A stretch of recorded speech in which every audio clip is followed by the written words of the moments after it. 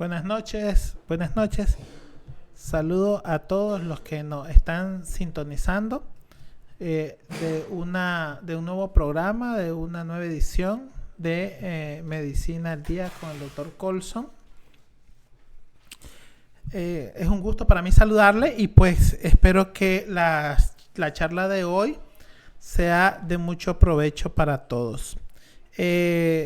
Recordarle algunas actividades que tenemos pendientes. Por ejemplo, ya estamos a la puerta de nuestro curso de cefalea que dará inicio el 14 de agosto. Recordar la modalidad del curso, ¿verdad? Hay que inscribirse antes de ser posible, antes de finalizar julio. Creo que para hoy, no sé si se extenderá para mañana, hay algo de promoción. Y la modalidad, recuerden que estamos preparando 6 charlas. Estas charlas van a ser totalmente prácticas, conceptos básicos, perlas en el manejo de la cefalea. Y como lo he dicho en los spots publicitarios, vamos a entrenar a los participantes de tal manera que puedan manejar una cefalea como un experto. Bueno, al menos vamos a manejar esa cefalea y muy poco probable que se nos pase un caso grave. Lo otro, que eso todavía lo tenemos más temprano, es la Feria de la Salud Auditiva. Esta feria, que se llevará a cabo el miércoles 26 de julio con el grupo de Audio Group, que van a venir los audiólogos de Costa Rica a hacer pruebas de audiometrías con 50% de descuento, y va a haber también pruebas de audífonos que van a ser gratuitas y un descuento especial en los audífonos. Platicando con el grupo, estos son audífonos de última generación, inteligentes, que filtran el sonido que el individuo no necesita, y tiene varios niveles. Bueno, yo no soy muy experto en eso, pero ellos me explicaban que la más de las veces ese sonido, ese zumbido, ese ruido molesto o amplificado de manera inadecuada en los audífonos tradicionales, a veces en los audífonos que han comprado como de una categoría inferior, es debido al equipo. Entonces luego el paciente, yo tengo frecuentemente pacientes en la consulta que ni siquiera desean utilizar sus audífonos, es decir, los compraron y no los utilizan por lo molesto de los ruidos. Entonces eso pues se va a evaluar, se puede evaluar, pueden traer sus audífonos para revisar cuál es el problema y hacerse sus pruebas. También es interesante porque estuvimos haciendo una revisión y definitivamente si quieren por debajo les puedo enviar posteriormente algunos artículos sobre la implicancia que tiene la pérdida auditiva en los deterioros cognitivos. De hecho, algo se mencionó en el europeo, que pues la salud auditiva es clave, ya que el cerebro necesita los estímulos de todos los sentidos especiales para mantener su adecuado funcionamiento. Entonces, en los pacientes ya de tercera edad que han perdido la audición, o pacientes más jóvenes que han perdido la audición, pues seguramente pueden tener una repercusión cognitiva a futuro. Hay que recordar que el estudio de audiometría se debe de realizar de manera correcta, con un equipo correcto, porque si no, pues el diagnóstico va a ser inadecuado. Y eso pues, esta feria que se va a realizar en Neurofarma Managua, es de interés a los pacientes adulto mayor o pacientes jóvenes que tengan algún problema de audición. Y muchas veces el adulto mayor no expresa el problema de audición. Seguramente pienso que lo consideran normal, y pacientes que hemos enviado a hacer la prueba auditiva, pues resulta que tienen afectación. Entonces eso es importante. También quería invitarlos a que nos sintonicen en el canal 2 todos los lunes en la revista Primera Hora, que ahí estamos dando entrevistas acerca de temas de interés. Entonces, si quedan grabadas, nosotros las subimos por la página de Neurofarma y pues que son de patologías bastante comunes. También recordarles del simposio de trastornos del sueño que se llevará a cabo en noviembre. Y pues ahí será la segunda edición, el segundo simposio de trastornos del sueño. Nosotros hemos sido los pioneros en fomentar o hacer un simposio multidisciplinario en este sentido, donde participan todas las áreas del saber que tienen una relación directa o indirecta con los trastornos del sueño. Es decir, ahí estamos hablando de neurólogos de adultos, neurólogos pediatras, neumólogos, nutricionistas, psicólogos, odontólogos, cardiólogos, y pues vamos a tener un grupo selecto de profesores que tienen amplia experiencia y pues que han estado muy interesados en el tema de trastornos del sueño, que como sabemos es una disciplina en el mundo nueva, reemergente, y en Nicaragua pues Neurofarma ha sido como un promotor de este tema tan interesante. También pues tenemos dos actividades. Tenemos el simposio de enfermedades desmielinizantes que se va a llevar a cabo el próximo viernes en Estelí. Esto es una invitación a toda esa gente del norte, en donde pues hemos programado con mucho cariño un simposio solo de enfermedades desmielinizantes. Vamos a tener la participación de diferentes profesores de neurología. Ahí voy a estar dando una charla. Vamos a tener a la doctora Silone, neuroradióloga, al doctor Pedro Gómez, neurólogo, al staff de residentes de neurología del Manolo, y pues vamos a llegar hasta el norte para pues transmitir el conocimiento que nosotros tenemos. Y también el día sábado 29, que vamos a estar dando una conferencia sobre trastornos del sueño en una actividad, en un congreso del Comité Médico Nacional, con un selecto grupo de especialistas de diferentes áreas del saber, donde vamos a tener infectólogos, médicos nucleares, nefrólogos, cardiólogos, neurólogos, seguramente se me escapan algunos, pero pues que va a ser bien interesante. Entonces, como miran, estamos llenos de actividades educativas.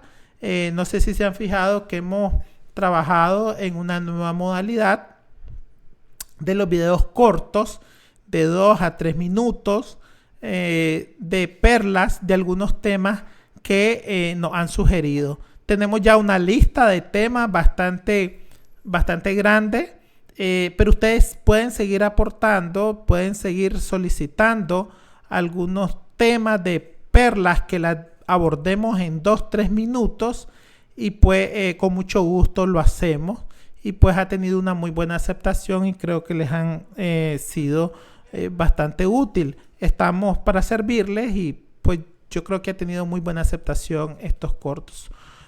No dejo de mencionar, ¿verdad?, a nuestros patrocinadores, el Tizón, Restaurantes El Tizón, allá en Estelí, que amablemente nos colabora con la logística gastronómica en nuestras actividades.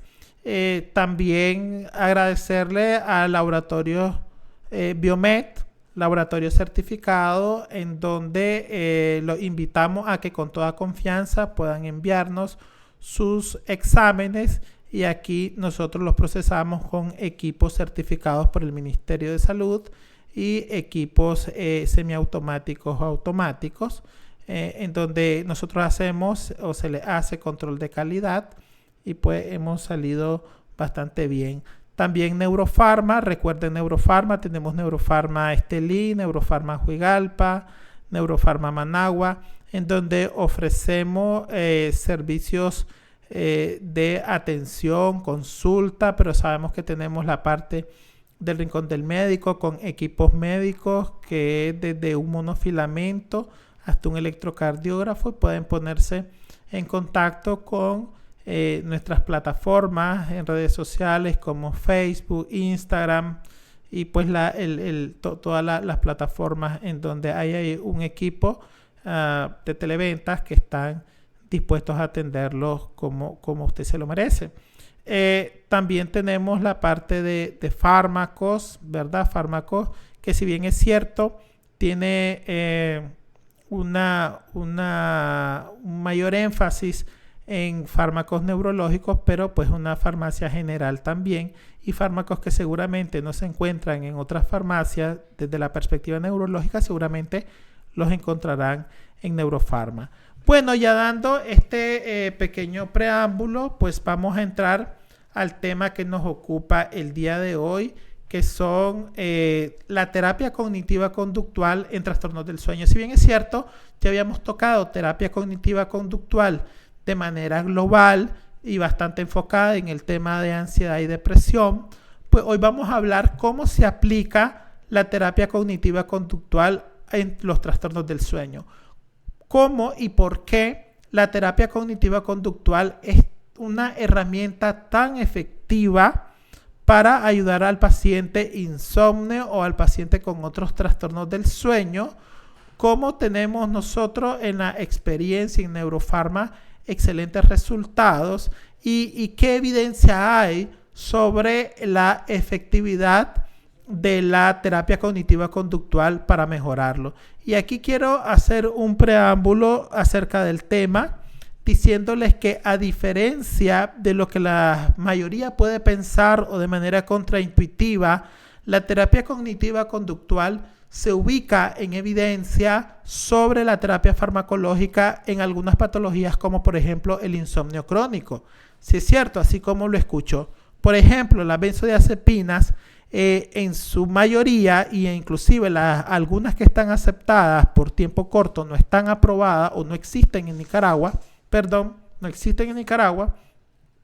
están por debajo de la terapia cognitiva conductual, lo que hace que la terapia cognitiva conductual sea el tratamiento de primera línea en muchas patologías y dentro de ellas el insomnio.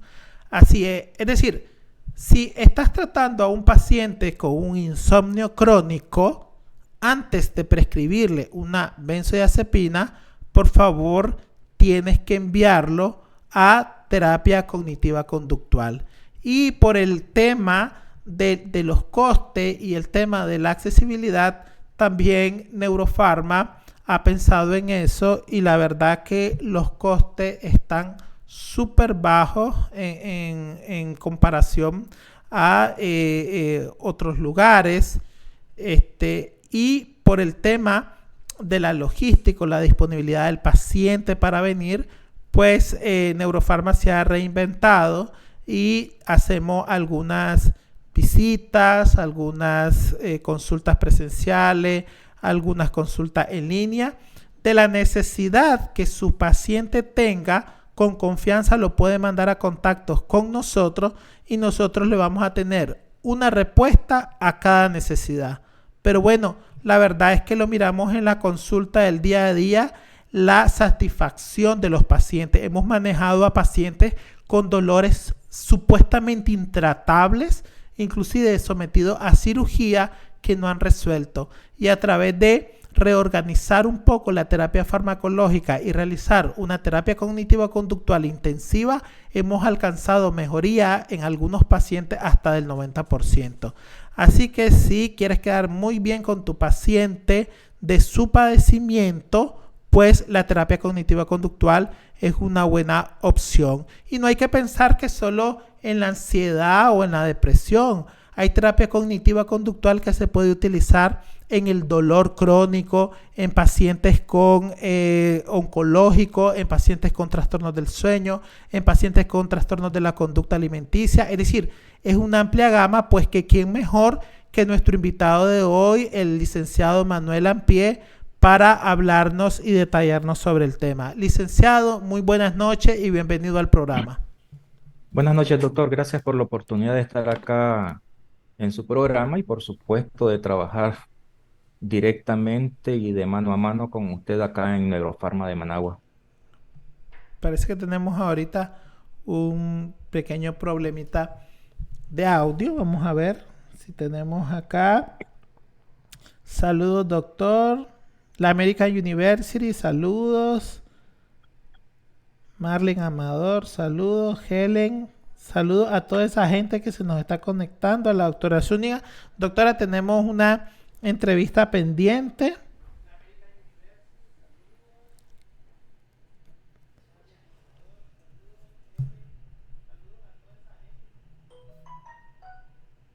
¿Me escucha, doctor? Ah, ok, me dicen que por la que se escucha bien en sus televisores, que en sus computadoras, que por aquí no lo escuchaba. Bien, licenciado, bueno, cuéntenos un poco sobre su formación, sobre su experiencia y sobre su introducción a lo que es el sueño y la terapia cognitiva conductual. Sí, doctor, con gusto. Bueno, me gradué de psicología en la Universidad Centroamericana ya hace un par de añitos. Fui docente de la misma universidad y en otras universidades. Actualmente trabajamos para la American University. Estaba checando que nos mandaron saludos. Entonces, pues vamos a aprovechar para saludar a mis colegas de allá de la universidad, a la licenciada Peralta, la licenciada Larga Espada, el licenciado Montano, que son mis colegas del claustro de la carrera de psicología. A cada uno de mis estudiantes, abracitos, se les quiere mucho, ustedes saben, y el que no esté mirando este programa van a ver cómo les va a ir les va a ir en las calificaciones. Oigan, no estoy amenazando, doctor, solamente para que ya vayan sabiendo los muchachos.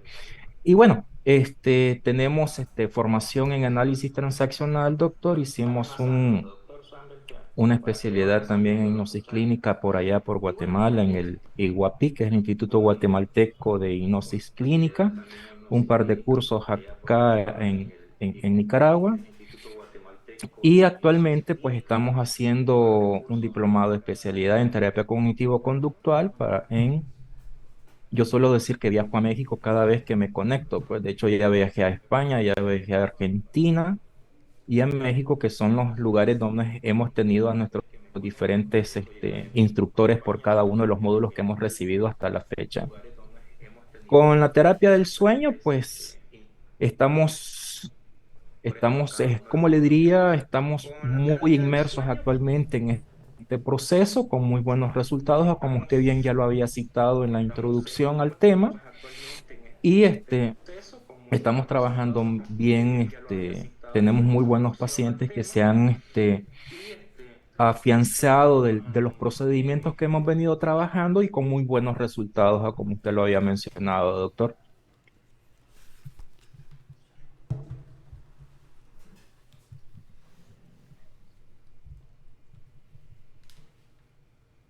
¿Me escucha ahora ahí usted, doctor?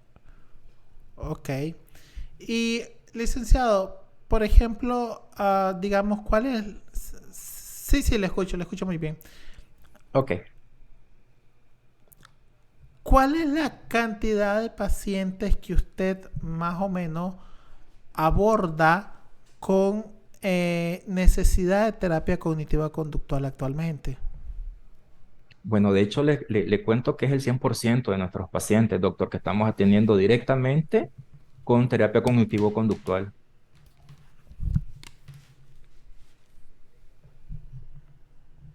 Ajá. Sí, le mencionaba que es prácticamente es el 100% de nuestros pacientes acá en la clínica que tenemos directamente con terapia cognitivo-conductual.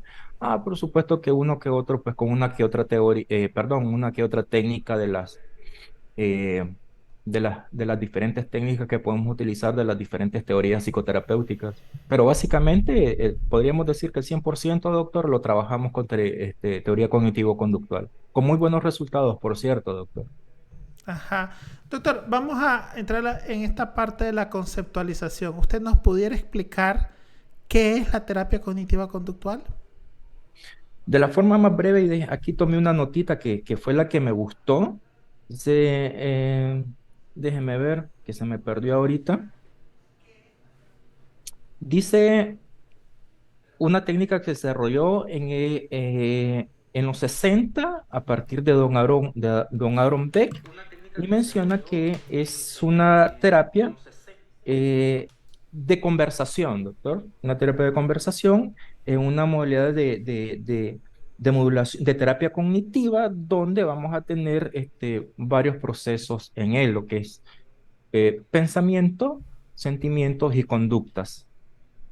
De, de abordados integralmente, uno no separados, pero sí procurando una concatenación de cada uno de estos elementos para que haya un mejor fluir de las conductas. Si nosotros tomamos de manera algo literal el nombre de la terapia cognitiva conductual, habla de un componente cognitivo. ¿A qué se refiere ese componente cognitivo en la terapia cognitiva conductual?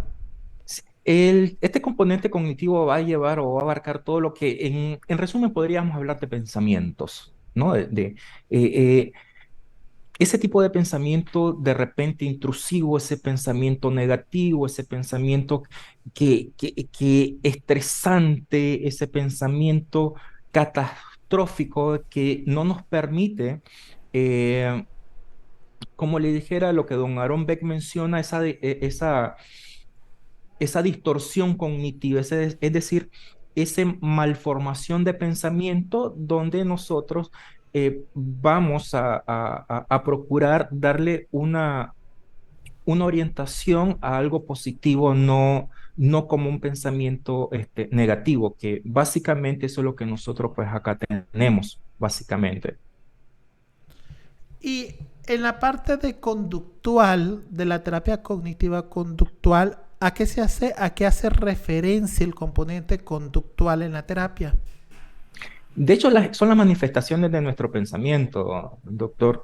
Supóngase de que estamos pensando mucho en un elemento que nos genere mucho estrés, por ejemplo, nos va a generar a nivel conductual, qué sé yo, se me ocurre que me guiñe las cejas, que me esté comiendo las uñas, onicofagia, que tenga episodios de tricotilomanía, que tenga episodios de una polidipsia, se me ocurre mencionarlo en este momento, que son aquellas manifestaciones a nivel de pensamiento que no las puedo expresar probablemente a nivel verbal y las expreso a nivel conductual.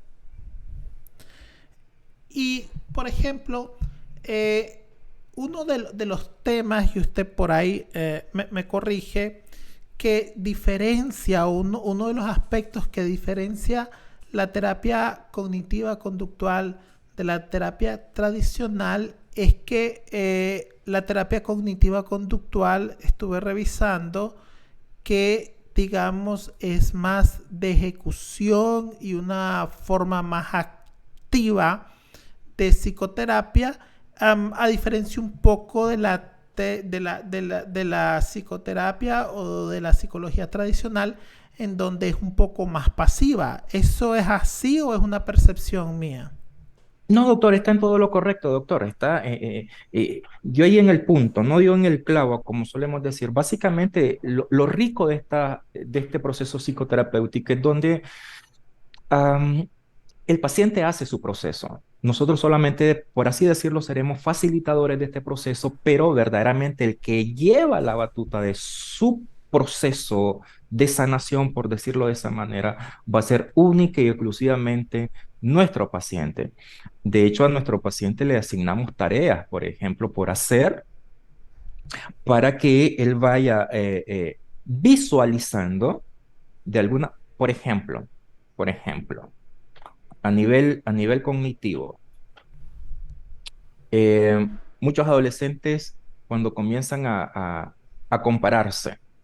Por ejemplo, esto es una tontedad si usted quiere, doctor, pero es bastante, creo que ilustra bien el punto. Y es que dicen, yo soy un bruto, yo no sé nada, por ejemplo, pensamiento totalmente distorsionado, ¿no? Entonces vengo y por lo general a nivel conductual es, por favor, escríbame su nombre, su apellido, su dirección, su número de cédula, su número de teléfono. Aquí viene el contraargumento, ¿no? ¿Cómo es que usted no sabe nada? Si sabe su nombre, sabe su número de cédula, sabe su número de teléfono y cosas así, eh, es reprogramar, por así decirlo, esa distorsión que no aplica. Nadie puede decir, bueno, sí se dice, pero nadie podría decir verdaderamente yo no sé nada porque sí todos sabemos, pues. Entonces, en ese particular, la terapia cognitivo-conductual, cuando dejamos acciones, por ejemplo, es modificar aquel pensamiento que me genera X conducta para que esa conducta verdaderamente vaya desapareciendo. Por ejemplo, se me ocurre un caso, que fue un caso de hecho que le envié. Teníamos a una adolescente que ella todos los días tenía un pensamiento intrusivo. De hecho, era tan molesto el pensamiento que inclusive le había interferido en sus actividades de la vida diaria, y una de esas actividades era el sueño.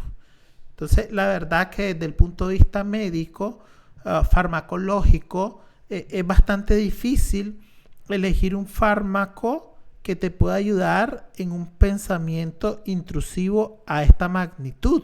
De hecho, si algunos psiquiatras están ahí, pudieran contarnos o escribirnos qué tipo de psicofármacos en una paciente que su escalas de ansiedad, sus escalas de depresión, sí estaba un poco tomada la parte de la ansiedad, pero ella era bien clara y decía, a mí lo que me atormenta es este pensamiento intrusivo. Que se me viene a la mente, yo lucho con el pensamiento y el pensamiento vuelve a llegar y eso no me deja dormir, doctor. Entonces, ese caso a mí me pareció sumamente interesante porque no es tan sencillo como darle un hipnótico para que ese paciente vaya a dormir, e inmediatamente yo dije, esto es una paciente que es candidata como la mayoría a terapia cognitiva conductual. ¿Hay alguna estrategia especial para tratar pacientes como estos? Claro que esto es como su máxima expresión, pero por mi experiencia yo puedo decir que cuando nosotros estamos interrogando el sueño, casi siempre hay pensamientos intrusivos. Y el paciente muchas veces no lo va a decir. Yo a veces le digo al paciente, mire, y usted piensa mucho en el anteayer, el ayer, y el hoy, y el mañana, y el pasado mañana. Y comienza, solo me vuelven a ver y me dice, pues sí. Entonces, ¿cómo hay alguna estrategia específica para el manejo de estas situaciones? Sí, doctor, hay un par de hecho hay un par. Podría decirle, primero déjeme mencionarle algo que había leído que me llamó mucho la atención y lo cito. La terapia cognitivo-conductual del insomnio tiene una tasa de efectividad para el tratamiento del insomnio crónico de hasta el 80% con un efecto imperecedero y sin los indeseables efectos secundarios de la medicación. Entonces, ¿cómo se logra esto, doctor? Déjeme decirle que esto se hace en un par de sesiones y entre las cosas que nosotros exploramos, además de la historia clínica, la entrevista a profundidad, etcétera, tenemos como elementos hablar de restricción del sueño, el control de estímulos, la intención paradójica, uso terapéutico de cafeína y luz artificial, medidas de higiene del sueño, elaboración de un ritual previo al sueño y algo que a mí me encanta sobremanera, que aquí lo aplico grandemente y con muy buenos resultados con mis pacientes que hemos tenido tratando, que son técnicas de relajación y reducción de la actividad, además de la gestión de preocupaciones y algo que me encanta mucho, que es la reestructuración cognitiva. Y créanme que en los casos que estamos llevando, de de terapia contra el sueño, acá desde la teoría cognitivo-conductual, estos elementos y los que citaba, por ejemplo, las técnicas de relajación, respiración, créanme que son de alta efectividad, donde no juega. donde no juega para nada la medicación que vaya a estar involucrada. Ciertamente hay ciertos pacientes que quizás el insomnio es su diagnóstico accesorio, como suelo decir, no su principal diagnóstico, pero que genera mucha inconformidad. Entonces, sí, ellos llevan un proceso de medicación, pero que no tiene que ver directamente con lo que es el insomnio propiamente. Y el insomnio lo tratamos desde estos elementos que les mencioné, la relajación, por ejemplo, y la reestructuración cognitiva para evitar, como usted estaba mencionando, doctor, evitar la medicación. Ok. Bueno, tenemos casi 70 personas conectadas. Ay, Eh, qué l- bueno. sí, les pedimos que lo compartan. Si cada uno de ustedes lo comparten, vamos a llegar a más personas con este Y si están tema mis estudiantes, doctor, ahí que comiencen a compartir. tan interesante. Y los míos también, que tienen que estar ahí.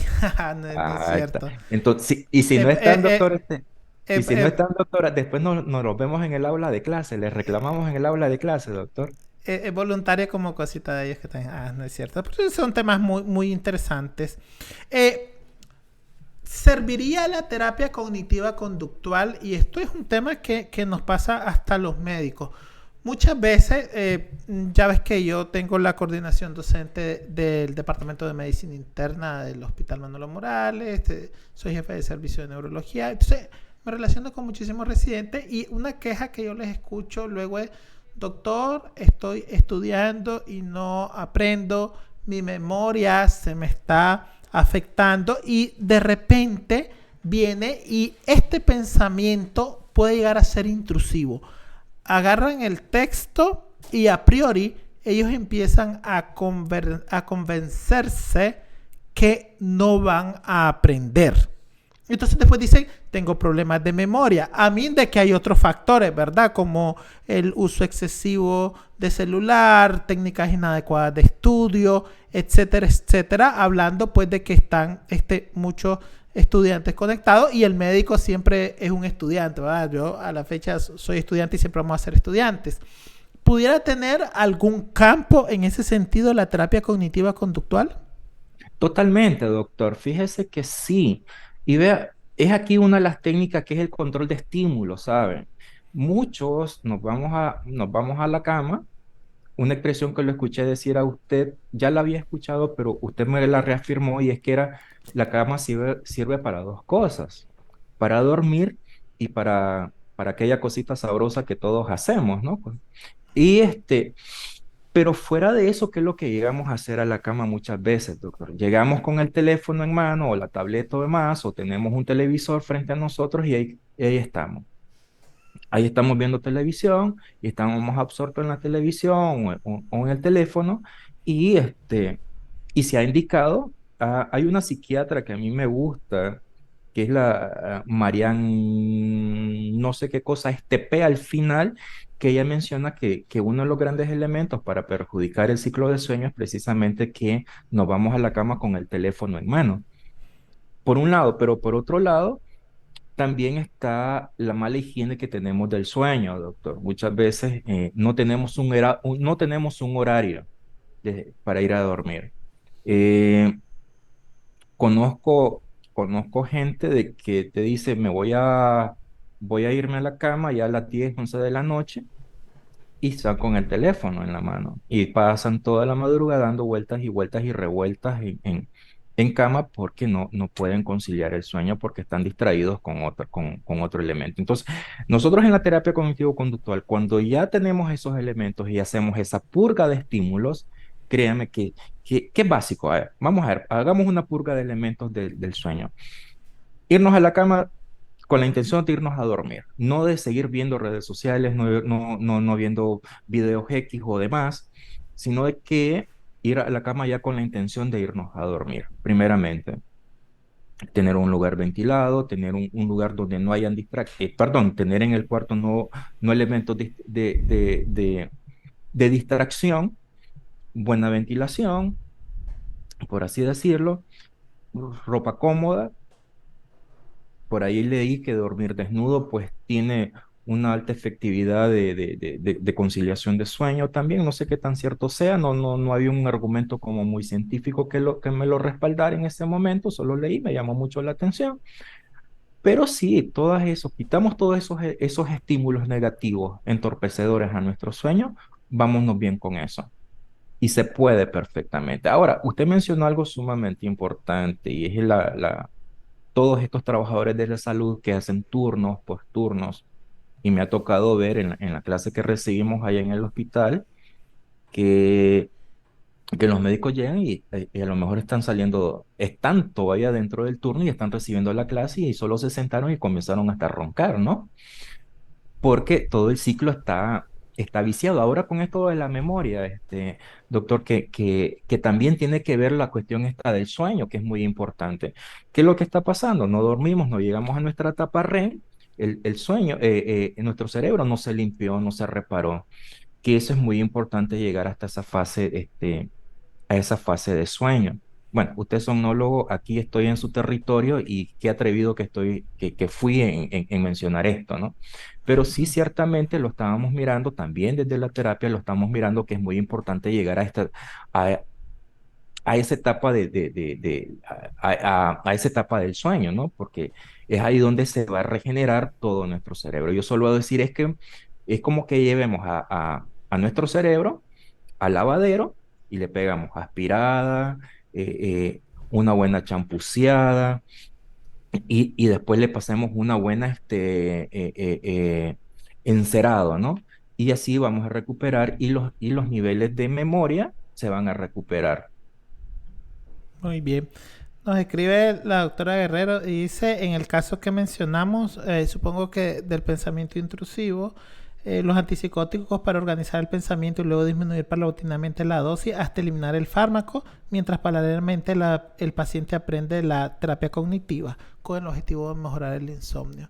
Sí, claro, inclusive algunos mencionan que podemos iniciar con terapia cognitiva conductual. El psicofármaco, en la medida de la respuesta, vamos a medir su eficacia. Totalmente de acuerdo con la doctora.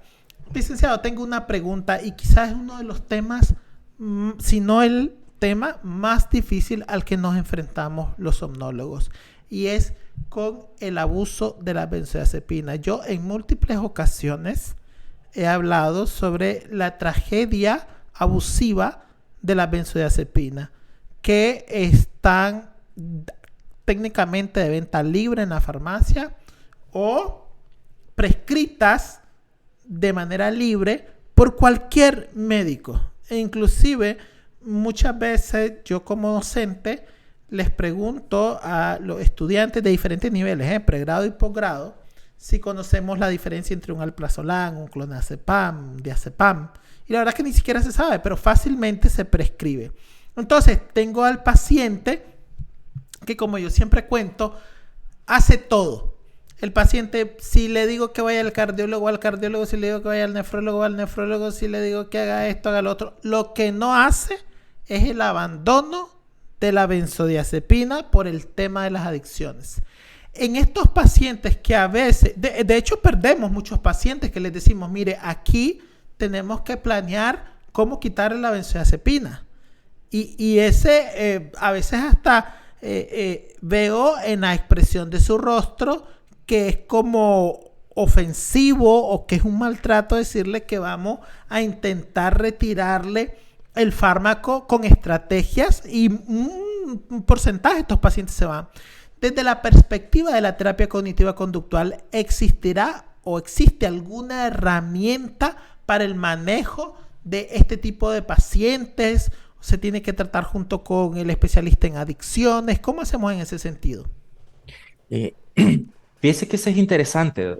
Es interesante, doctor, porque igual acá en la clínica estamos pacientes que usted me ha remitido y fuera también de otros pacientes que han venido así de manera particular a la clínica con problemas de sueño.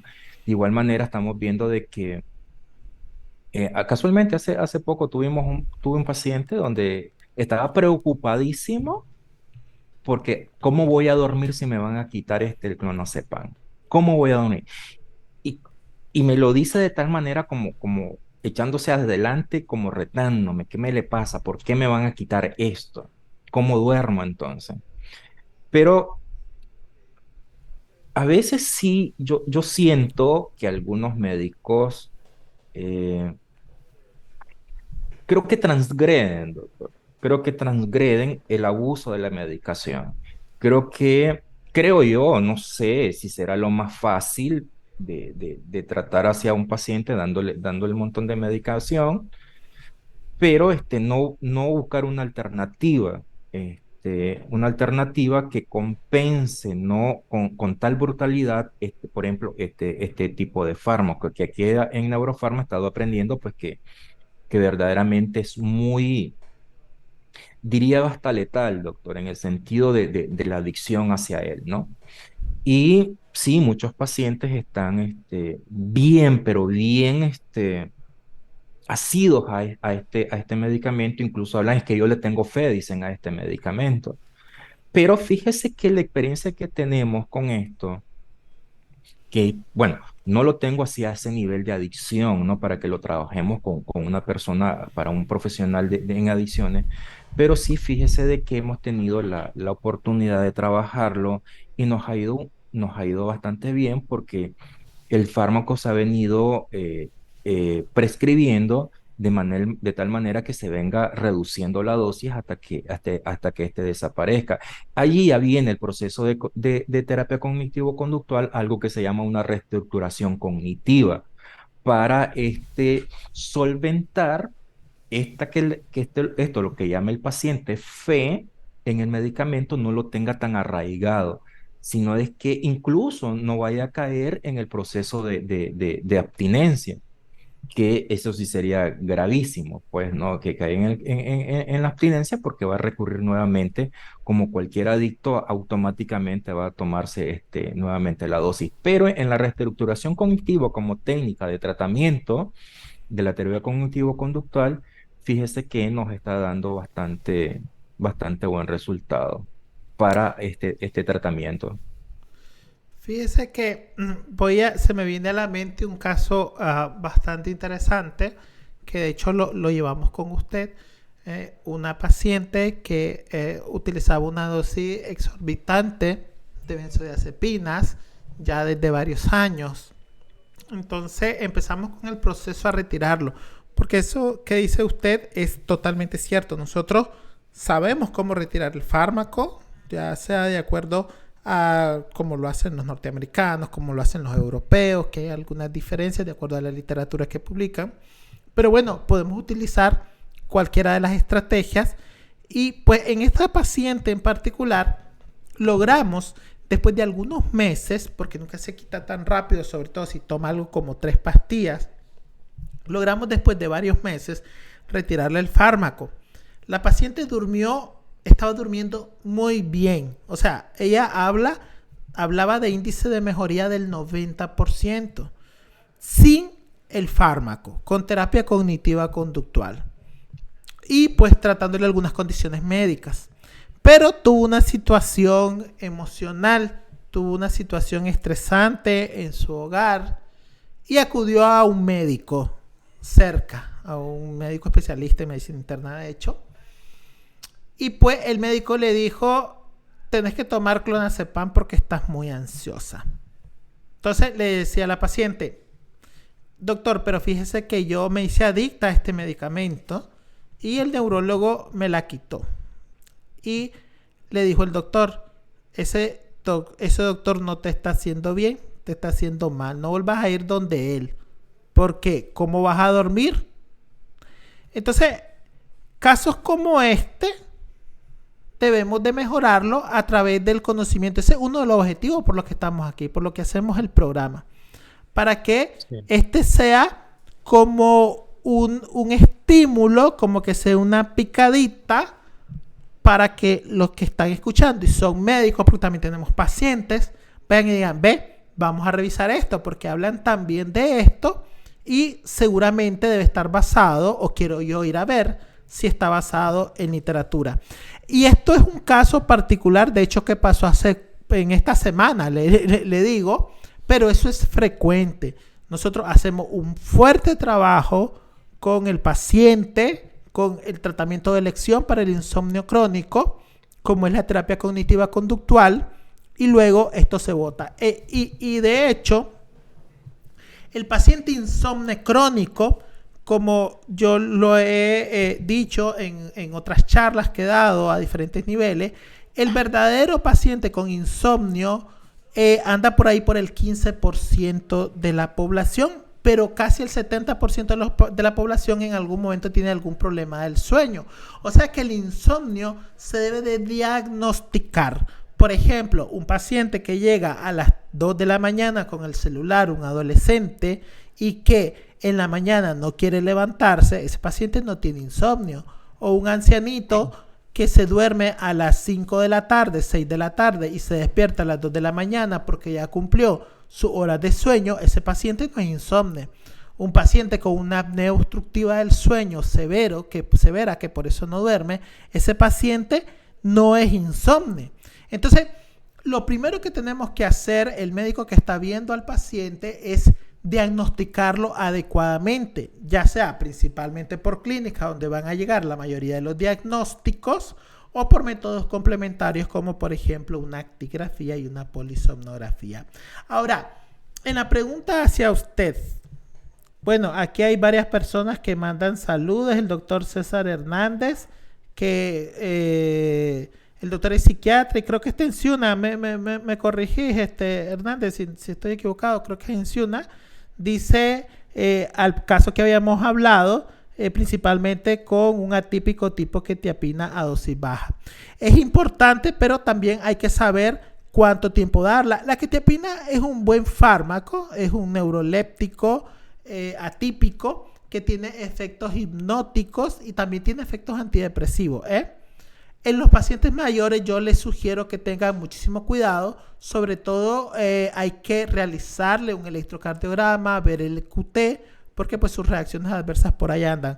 Pero en pacientes seleccionados estoy totalmente de acuerdo con el doctor que es una excelente opción. Licenciado, ¿cómo es el seguimiento de estos pacientes? ¿Cuántas sesiones hay que darle? ¿Esto es rígido? ¿Es flexible? ¿Cómo identificamos un paciente que debe recibirla a mediano o largo plazo? De hecho, de hecho, la bondad de la terapia cognitivo-conductual es que es una herramienta de mediano plazo. Este, Se requerirán para un buen seguimiento, un buen tratamiento, cerca de 8 sesiones. La literatura, una que estaba consultando antes de esta conversación con usted, doctor, eh, menciona 2, 4 semanas. Nosotros acá en la clínica estamos implementando 8 sesiones como básico. Con 8 sesiones de terapia cognitivo-conductual, créame que es suficiente. Es suficiente para darle al paciente las herramientas necesarias para que él pueda hacerle frente a su diagnóstico.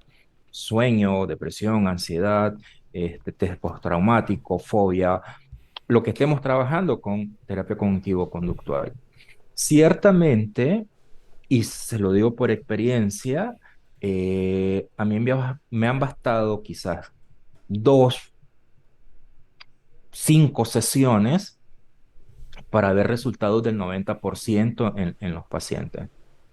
Pero aquí he de destacar, y aquí se escucharía como muy farsante de mi parte mencionar, bueno, de hecho sí, farsante también lo soy, doctor, pero sí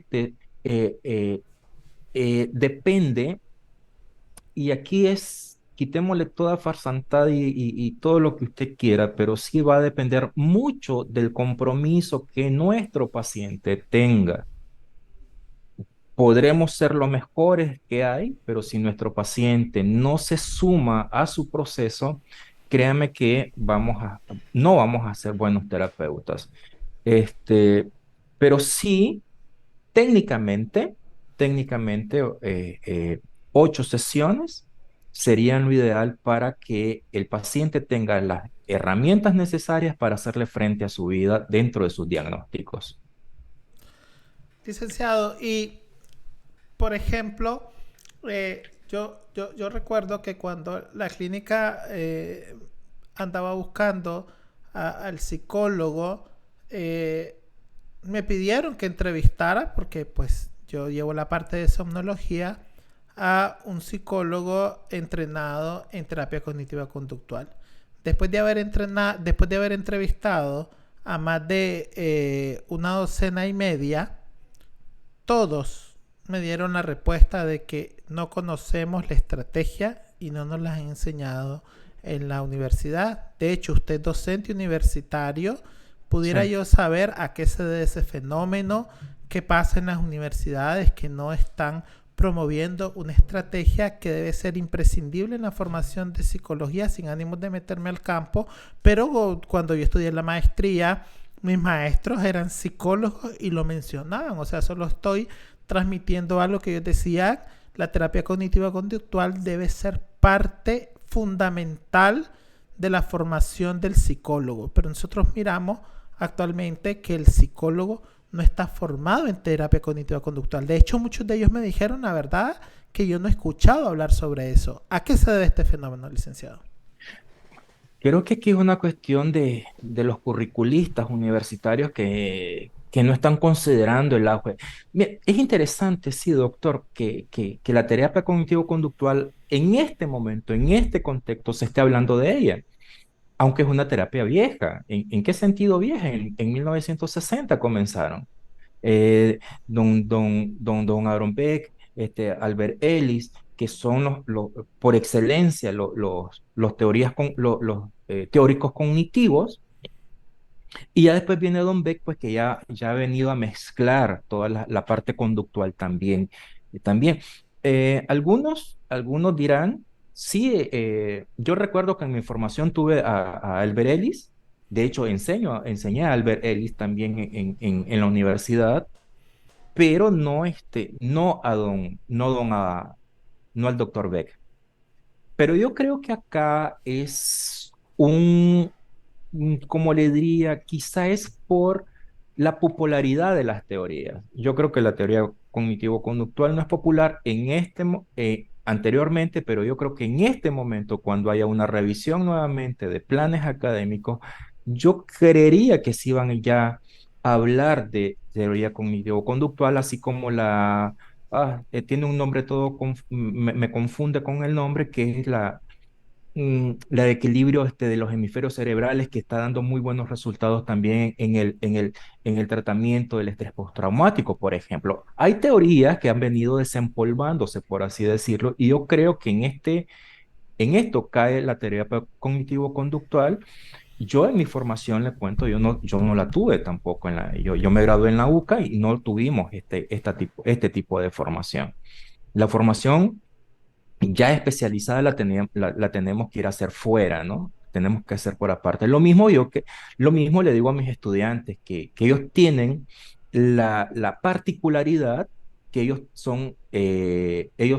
tienen una formación en psicología clínica directamente, no como mi formación, que simplemente es psicología. De hecho, mi título dice licenciado en psicología. Yo les digo a mis estudiantes, luzcan ese título actualmente porque ustedes llevan un peso clínico. Yo llevo una formación general en todas las áreas de la psicología, por así decirlo, y ellos son específicos. Sin embargo, en este momento yo con mis estudiantes pues he estado dándole pinceladas sobre lo que es la teoría cognitivo-conductual, y yo creo que aquí es muy importante, si en el auditorio tal vez haya algún psicólogo ya docente, es muy importante también que eh, pudiésemos expresar eh, también nuestra formación, porque a veces queda, como me decía uno de mis grandes maestros, eh, esta clase te la va a dar conforme la formación de la persona que te está dando la clase. Qué sé yo, psicodiagnóstico, se me ocurre, eh, a mí me la dio una analista transaccional. Y quizás por eso es que me enamoré del análisis transaccional. Qué sé yo, patologías me lo dio un psiquiatra. De hecho, varios psiquiatras me dieron clases, pero uno de los grandes psiquiatras que yo digo que ni Dios ni el diablo se me lo lleve, que es el doctor Humberto López, que para mí se muere el doctor López, nos quedamos sin psiquiatría aquí en Nicaragua, que es alguien que respeto sobremanera, fue alguien que me educó en análisis transaccional también, junto con la Chilo Marenco, en el Arzate, besitos para ellos si nos están viendo, y pero sí, yo creo que las universidades no están apostando a esto, doctor, creo que no se han actualizado en este momento. Bueno, entonces un llamado, ¿verdad? Yo siempre le voy a llamar Un a la llamado, universidad. exactamente, es un Dice llamado a la, las universidades. Aquí comentan, las benzodiazepinas se clasifican dependiendo de su vida media. Las más propensas a desarrollar dependencias son las de vida media larga que las de vida media corta. Sin embargo, las benzodiazepinas fueron utilizadas con fines ansiolíticos, pero aquí la psicoeducación es importante. La gente piensa que las pastillas son para dormir. Bajo este concepto, capto que el problema es organizar esa idea. Correcto. Miren, en principio, sí, claro, si clasifican en vida media corta y vida media larga, yo meto en ese bolsón a los fármacos Z, que son los análogos benzodiazepínicos que se venden como la panacea. Aquí yo le voy a decir algo, todas son capaces de generar dependencia. Y si a mí me preguntan, independientemente que yo tenga una vida media más larga, que en teoría va a generar más dependencia, depende mucho del individuo, de la susceptibilidad a la dependencia que tenga el individuo. Una persona es capaz de dejar el licor, otra no. Una persona es capaz de dejar el tabaco por sí misma, el cigarro, otra no. Así que aquí se debe, por ejemplo, hace poco envié a una paciente, imagínense qué interesante, una paciente con adicción al tabaco, una paciente que ha fumado, al cigarrillo, una paciente que ha fumado durante 35 años y ella misma me decía, la verdad que los psicólogos y los psiquiatras han fracasado en el intento y viene con cardiopatía isquémica, con enfermedad vascular cerebral que no le incapacitó a tal punto de que le impidió fumar, se sigue fumando, con dificultad se lleva el cigarro a la boca, pero lo sigue haciendo,